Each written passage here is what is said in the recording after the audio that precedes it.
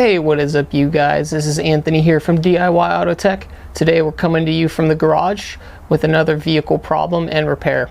We're going to be talking a little bit today about battery terminals and why it's so crucial and important to check that they're working properly, and if not, how to replace them. This vehicle came in with a positive battery terminal that had a nail pushed in to one part of it to effectively tighten up the terminal itself. So the terminal itself, the metal has softened up and has gotten larger in diameter. This can lead to some stumbling problems and your car actually even turning off while you're driving. So today we're going to go ahead and show you how to replace these terminals that are excessively wide, or terminals that are corroded or just bad in general. I know I'm going to get a lot of questions from some fellow YouTubers out there asking, well, Anthony, why wouldn't you just replace the whole positive cable? Or why not replace the whole positive assembly and the negative cable in the ground? And my answer simply to that is that a lot of these power cables are actually routed all the way throughout the engine bay and actually can take up to a couple hours to remove properly. So in doing this job the way that we're doing it here, we're going to save you a lot of time, and we're also going to save you a lot of money. However, keep in mind that if your positive cable has any sort of nicks in it, has any corrosion further down the cable, then it is best suggested that you do replace the cable, as this job here will not fix those issues.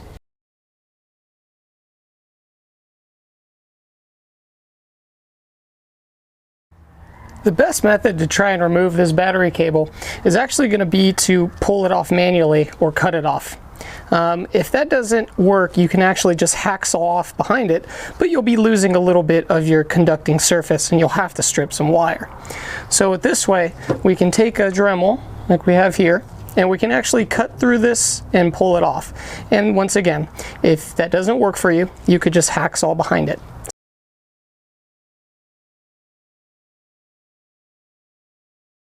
Alright, now that we've sanded through a good portion of it, we can pull the tape off. As you can see here, we got most of it off.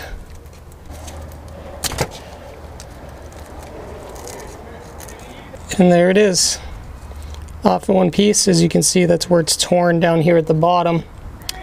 So what we're going to do is we're going to use one of these wire cutters here to get a little more wire exposed.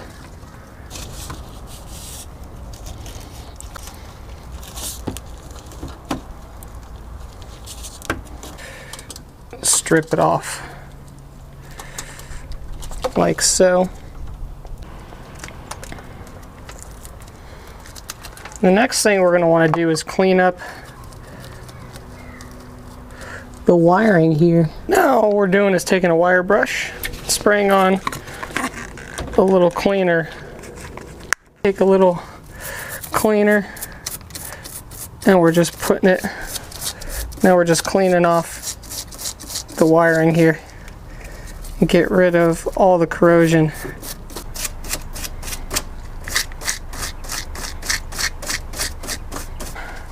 And don't forget to flip them over and do the other side as well. Alright, now that that's done, we can dry those off with a microfiber cloth and put on a new terminal end. Now what we're going to do is we're going to take these terminals and kind of mash them back together. We're going to install one of these terminal plates. Now there's a few different types. I would suggest either getting the gold-plated ones or the zinc versions, and not the ones that are just the cheap pot metal lead ones. So these ones are going to work a little better, a little more conductivity through these, and they're just a little higher quality. Kind of mix the wires a little bit, get them nice and taut, as much as you can at least. And we're going to want to install the unit like so, allowing all the wire to protrude through.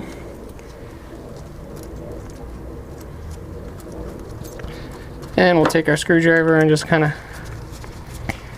get it somewhat taut.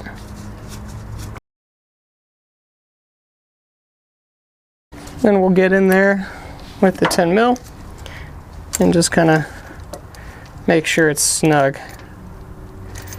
And these look like they're going to be pretty happy now, right where they are. Try and pull on the wire if you can, but it doesn't look like we're going to be able to get through, so it looks good. Also guys, if you want to solder this up, you can as well. Soldering will help to strengthen the joint. Well, we lost a camera battery there, folks. Sorry about that. Just wanted to show you, we did drop a little bit of solder just on the end here, just to keep things nice and neat. What we're going to go ahead and do is put a little electrical tape around the back side. We're going to go ahead and wrap the end with a little bit of electrical tape. And this is just to ensure that we decrease the risk of corrosion and to minimize anything chewing through or messing with the battery terminal. And that should be plenty to hold this over. What we can go ahead and do next is take a wire brush, and if we want, we could dip that in the CLR as well, or whatever, and just kind of run it through our terminals, clean them up real nice. This one's brand new, so I'm just going to run it once. And then we're going to want to take a dry rag and pass it through now. And clean up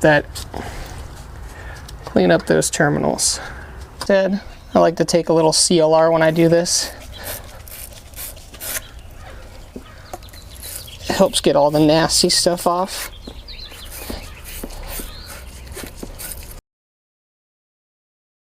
Alright guys, we're going to now go ahead and install the battery in the same way it came out. Like so. Guys, I've always been an advocate of having power and ground terminal protectors. I just like to put them on there. They're only $2, they're cheap. They allow you to kind of notice as well, power and ground side, and they just help keep the corrosion away for a little while.